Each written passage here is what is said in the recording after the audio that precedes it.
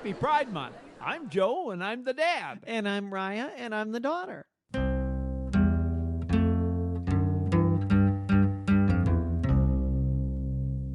I said to my therapist, I don't know how I'm going to make it through this. It was 2014, and I hadn't come out to anyone yet. I had talked a little bit, I guess, to my wife, and I knew that things were not going to go well, and I felt like no matter what happens, everything was going to fall apart. And I said, I just don't know how to be happy through this. I don't know how to make it through. And she turned me on to an author by the name of Martin Seligman. And she said there's a little acronym that you can know. There's 5 points in the acronym, 5 secrets that if you focus on these 5 things, they will improve the happiness in your life. And I've always remembered those. Now here we are nearly 10 years later. And this came up here because I got an email just a few days ago I'm on an email list from a man named Eric Barker, and he brought these 5 points up again. And I thought, knowing how much these took me through in my life when I was at my lowest point, I think that these are a good one to talk about. And you emailed me just a couple of days ago and said, I've got a topic for this week. So the acronym goes like this. You think of the letters PERMA, PERMA. Now, I don't know why that one is the acronym. I wish it spelled a word that I can remember, but if you can remember, PERMA. Well, here in the North Country, I know permafrost, but that's about as far as I go. That brings happiness anytime you have permafrost, doesn't it? Let's jump right in with the P. Dad, what does the P stand for? The P stands for positive emotion. When I got this email coming in, I was sitting out. It was over the weekend. And I was sitting out with my daughter, my youngest daughter, and I fired up the grill and I put some brats and some burgers on there and some hot dogs. And we were just sitting there together watching the grill, and we were eating Doritos together, and we were talking. And I got that little beep that comes up in your phone when you get an email, and I just glanced down at it. And it was about these 5 principles. And I said, hey, let's talk through these together. And so we started to go through those. And he recommends that when you are experiencing a good emotion, that you capture that emotion.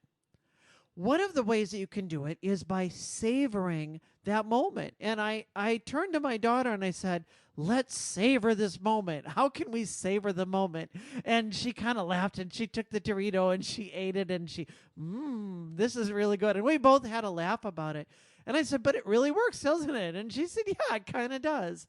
And what you then said to me when we were talking about this as we were preparing for this podcast, you said, now what I'm trying to do is to imprint that in our mind so that it's something that we'll remember. Take a mental snapshot, or I think the way that she said it, she used the term screenshot, that you screenshot it in your brain, that you stop for a moment, you say, wow, this is a really great moment. And so the two of us did this together. We stopped for a moment, we said, let's take a mental screenshot of this moment right now. And so we both did. And I can remember what those Doritos tasted like. And I can remember the joy that I felt speaking with my daughter about these things and having a good time and laughing. And there were, there was good food and we had the grill there and it was nice and warm. And I will remember that now, I believe, for years to come, because I took that little mental screenshot. And more than that, I think she will too. Oh, and we have so many of those examples in our lives. Of course, I'm almost 80 years old, so I've got a lot more examples than you do. But there are so many moments in my life that really stand out to me. On the other hand, there are moments in my life that haven't been good, and it's surprising that I rarely think of them and I hardly remember them.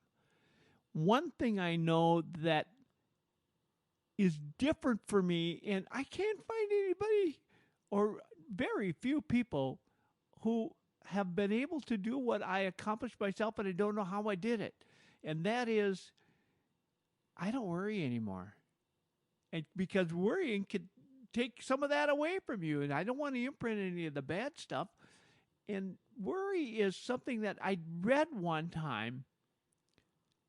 If you worry, 90% of what you worry about doesn't come true. So if you worry and it doesn't come true, you've suffered for no reason at all. If you worry and it does come true, you suffer twice. And when I read that, I thought to myself, that makes sense. That was years ago. In fact, I think that was almost 10 years ago now. You know that old Mark Twain quote? He said, "I'm an old man and I've known a great many troubles, most of which never happened." And that's why I'm telling you, don't let that interfere with your idea of the positive emotions.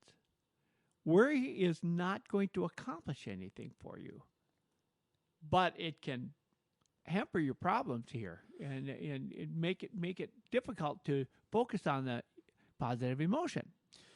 When we give that mental space to worrying and you're not doing anything about it, you're taking away from the mental. You have a mental palette, and when you're putting things on there that are negative, it doesn't help you feel good, and it doesn't change the situation.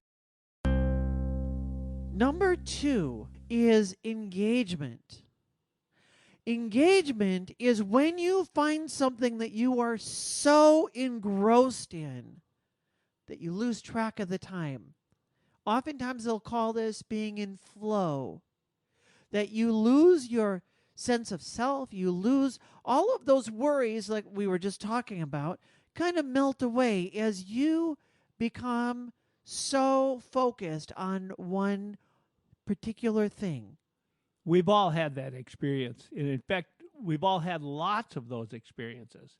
For example, I could pick up a guitar and I could start working on, maybe I'm working on a song I wrote, or I'm going to try to write, or maybe I'm trying to learn a lead part from some song I really like, and I work on that. And you could work on that, and you could become so engaged that you lose track of time because you're having fun with it, because it's something you want to do. It's something you choose that says, I want to do this. Like, I enjoy, and I do this quite often, 4 or 5 days a week. I like to go out for a walk, and I'll walk. I usually walk 3 miles, sometimes a little bit more. And during that time, I just kind of lose myself in my thoughts, and it's wonderful. And before I know it, I'm back home again. Mm-hmm. It's critical that it be just hard enough that your brain find something to connect with it, but not so hard that you're struggling to make it work, because that's going to push you out of flow. So I know for me, music is a big one. I remember a time when I was out on a trip with a group of people and we were accomplishing something. So we were going out during the day and we were going and doing the work. It was, I think, a week-long trip that we did. And it was tiring and it was exhausting. And we came back and I had brought my guitar and we were all tired. I just thought, oh, I just don't know if I can keep doing anything. And somebody said, hey, let's sing some songs. And so I went and I pulled out my guitar. And a friend of mine was watching me at the time. And I put my guitar on and I started to strum just a little bit. And immediately I was in flow. And he stopped me and he said, you know, I just noticed something about you, that when you walked in here, you were just really tired in your face, just you could see it. But you put that guitar on and you started to strum, and immediately you just brightened up. Your entire countenance changed, and it was really kind of cool to watch. And I thought, oh, I didn't even notice. But that's what happens when you're in flow, is you don't even notice.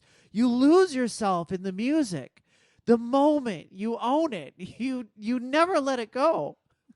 That's true. I felt the same way. One last example of this would be I've been working on my memoir. I decided I wanted to write a book about my life that would be good for my grandchildren, my great grandchildren, my great great grandchildren.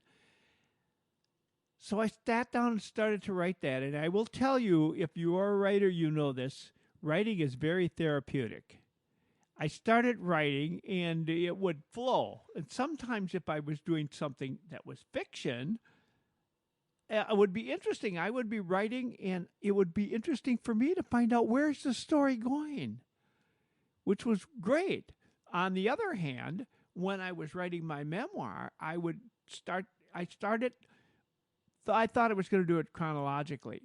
And as I would write something, all of a sudden, while I'm writing that, it would remind me of something else that I hadn't thought of for years.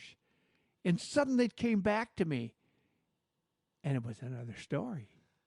And it was great. And I could do that. And I'd sit down and write. And I could sit down at 8 o'clock in the morning and write. And before I knew it, it was 1 o'clock in the afternoon.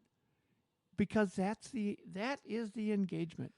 When you're in flow, you can't be depressed because you don't have any mental space for being depressed. You are completely engaged. What does that for you? Maybe for you it's computer programming. Maybe for you it's going for a run. Maybe it's music like it is for Dad and I. Maybe Dad and me, I guess, is the correct. That's right. Maybe for you it's music like for Dad and me. Maybe it's something else, but you know what that thing is.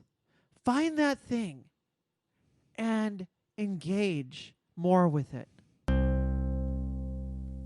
Relationships. That's the next one. Relationships are so critical to us, and they really are a big part of happiness. You and I have spent a lot of time talking about relationships, and we have really pushed the fact that when we're at the end of our lives and we're looking back, it's really those relationships that matter more than anything else. For me, the end of my life could be tomorrow. I mean, I'm pushing 80. Really, for any one of us, it could. That's right, of course. But back in 2019, I had a heart attack and I had double bypass. After that, when I came back, I started reconnecting with old friends that I haven't seen in a long time. And it was so fun and it was just great. And in each one of those cases where I went back to old friends, one of my very good friends that I'd spent a lot of time with in my 30s, I hadn't really connected with for quite a while. And now, 40 years later, I started to connect with him again. And because of what happened. Yes, it was just coincidental. I was going back and calling other people. There's another one, a friend of mine, a high school friend of mine that I talked into joining the military with me. We went through basic training again, and I never saw him after that until we started to connect. And we connected, and now we talk quite a bit on the phone, which is really interesting. And it's very rewarding, very meaningful, and makes me realize those old friendships are just as strong as they were before, and it's wonderful. The research on this shows that one of the best ways to really emphasize a relationship, to cultivate it and to make it stronger, is to focus especially on your thankfulness for the other person, your gratitude to the other person and for how much they've given in your life. Whether that's speaking to them and telling them, or it may just be journaling and being grateful for what they've given you in your life, but just focusing on how grateful you are for that person. One of the suggestions they say here is you should schedule a time to get together with someone who has been good to you.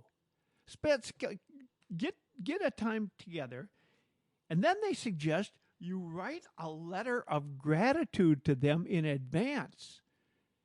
And then when you get to them, read it to them out loud. I haven't done that yet, but I see this and I'm going to try it. They say in this email that I got that oftentimes the effects that it can have on your attitude will last up to 3 months. And oftentimes this becomes a story where the person begins crying because of how moving it is. And then you begin crying and you're so happy to be together. And it can be very, very powerful. Well, if I write a letter to somebody and then I read it to them and they start crying, I'm going to say, was it that bad?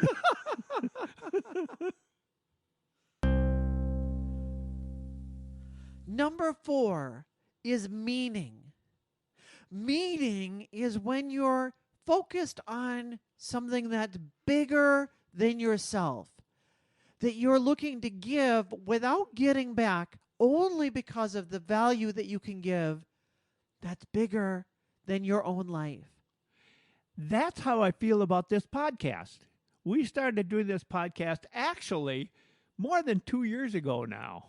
We started in May, and now it's June. See, we started in May 2 years ago, and we did a lot of practice podcasts before we actually published our first one, which isn't quite a year yet. It'll be coming up September 1st. But that has become something that's become very meaningful to both of us, something that strengthened our personal relationship, but also it's bigger than us because we've discovered with the feedback we've been getting, we have a message. We have something here that's bigger than us that can help people. And that gives us a feeling of self-worth, a feeling of contributing to something. Now, when you walk away, that you've left the place better than you came in, as we talk about when you go visit someplace, in terms of just being clean and picking up after yourself. But isn't that what we want to do in life? Oh, that sure. when we leave, we want to leave something behind. So we've left it a better world than we've given more than we've taken. And I think you were even a little surprised. Now, I remember when we first started talking about this podcast, we thought this would be a great idea for us to talk about our experience. And I think that you and I have such a good relationship that we wanted to try to give that to other people. But we didn't know quite where it would go or how it would come out. And I don't think we even realized, and I know for you, I don't think you had any idea that the depth of the heartache that LGBTQ folks go through. Oh, that's until, true. Until we started to really explore this. And this has been an educational experience for me as well. I have grown dramatically from the time of our first podcast up until now. I'm learning a lot, and I've got a long way to go. And that's what they say about any time that you are contributing to, when you are doing something that's meaningful. They always say that when you're a teacher, you learn more than the students do. That's true. And we find meaning in all kinds of things. I know in times of my life, my meaning was found in a religious community. And at other times, my meaning was found primarily in, well, when I came back, when we moved here, for me to come and help with the business, it was a moment where we were coming together with family. And I was able to contribute to something bigger than myself, because I had seen you build this company for, my whole life. And then I got to come in and be a part of it at a time when you really needed that right-hand person. And that was where I found a lot of meaning during that time. And one of the ways I found meaning since I've been retired is volunteering. And volunteering has become very important to me. And I do a lot of it, and it's very rewarding. When I'm doing something that is helping to beautify the community, or something that's going to contribute to the community or to a group or something, it gives me a feeling of self-worth there as well. And something that meaning is so critical that it motivates me to be doing that. In one of the service organizations I'm involved in, which is Rotary International, we will pick an area like Nigeria and build a well, knowing that we don't see those people, but they are benefiting from something that we actually generated here, right here in our own community. We put it together, we found the place for it, and we got it done. And those people, instead of walking 2.5, 3 miles someplace to get water to survive, we brought it to them. And it gives us such a great feeling of meaning, of doing something good for society. It's a purpose and meaning of human life. Rotary is helping to stamp out polio. And I remember when you told me this story to begin with, I was shocked by this because polio it can only exist in human hosts. That's correct. And so that means that if you can immunize everyone until polio is gone, polio can actually be eradicated. Mm-hmm. And Rotary has done more than any other organization to push that through so that polio is almost entirely gone. Not quite yet, if I recall. Correct. But very close. Well, they said when Rotary decided that they were going to eradicate polio, we were told that by the World Health Organization, you'll never get it out of India. We got it out of India in 2014. Ooh. There's only 2 countries right now that have an endemic form. It does have a wild virus that spreads to certain countries, but we can kill that immediately. That's pretty easy. But there's 2 countries left that we have to work with. That is Pakistan and Afghanistan, and we're getting close. And that is meaning bigger than yourself. Right. It doesn't have to be, you don't have to have the whole world figure out.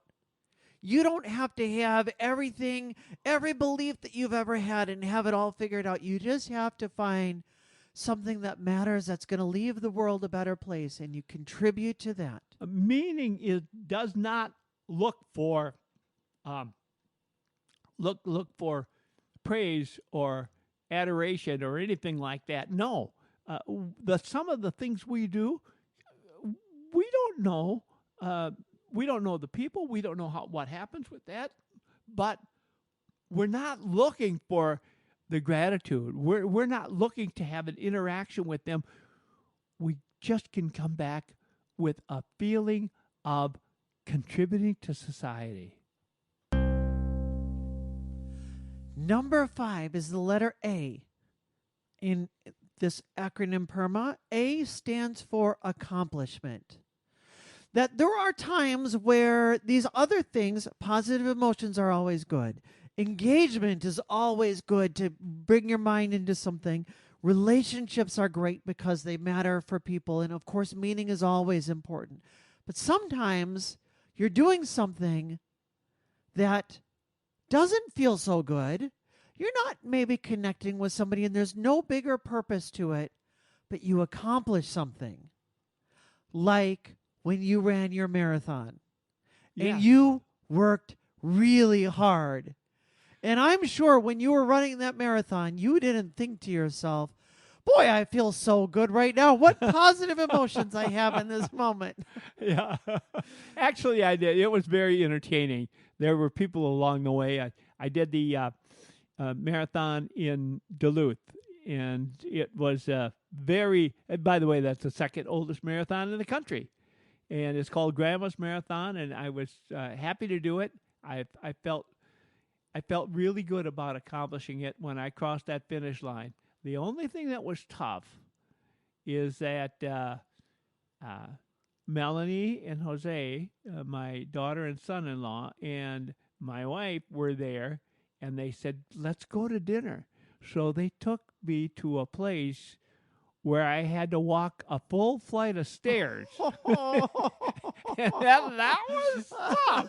It was okay coming down, but going up that stairs was a little bit of a challenge. But it really was great.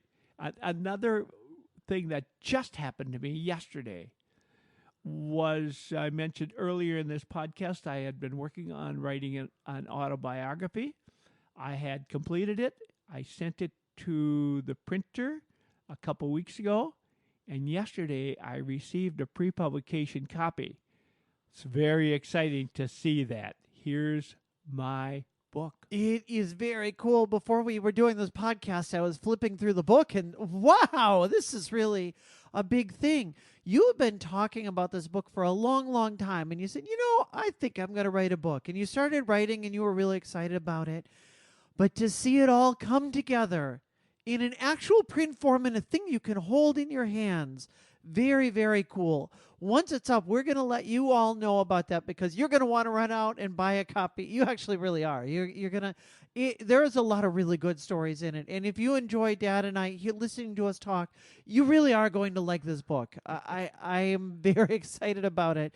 But more than that, just that sense of accomplishment. Yes. You did it. You know what they say? There's nothing like the satisfaction of a job well done. I know it's corny, but it's true. It is, and we all know that feeling. Whether it's something big like that, like running a marathon or writing a book, or it can be something small like finishing a puzzle. Mom loves to do puzzles, and I know when we do that, we actually hit 2 of those at that point because we've got that engagement when we're doing it. You get into flow when you're doing a puzzle. And then when you put that last piece in, you know you're going to take it apart in, a day or a couple days or sometimes right away, but it doesn't matter. Putting that last piece in, there's a sense of accomplishment. Anything you can do to find that accomplishment, whether it's setting a goal for yourself and achieving it, doing something with exercise, doing something with your work, or doing something entirely different for a hobby. When you set a goal and you achieve it, you find that accomplishment. Like, I can remember one time when we painted your house. And when we were finally done, we stepped back and looked, and there wasn't a spot that wasn't covered. And that really felt good. Anytime you do a project and you finish it, that was a good moment. I do remember that. Yes. So maybe you are in a situation like I was back in 2014. Maybe you're struggling with issues in your life and you're thinking, boy, things are really hard right now. Well, you've got 5 secret keys here right now. Or now they're not secrets. We've revealed the secrets to you. You've got 5 things that you can look forward to, that you can focus on. And by doing those things, finding ways to savor those positive emotions when you have them. Finding ways to turn off the worry when you're just stuck in that worry. Finding ways to engage. And finding those things that you have flow in. So positive emotions, P. Engagement, E. R is for relationship and really savoring your relationships, expressing gratitude in those relationships and cultivating those relationships. M for meaning. Engaging in things that contribute to something bigger than yourself so you leave the world a better place than you found it. And A, accomplishments. Making sure that you find the satisfaction in a job well done. And I am satisfied with this podcast.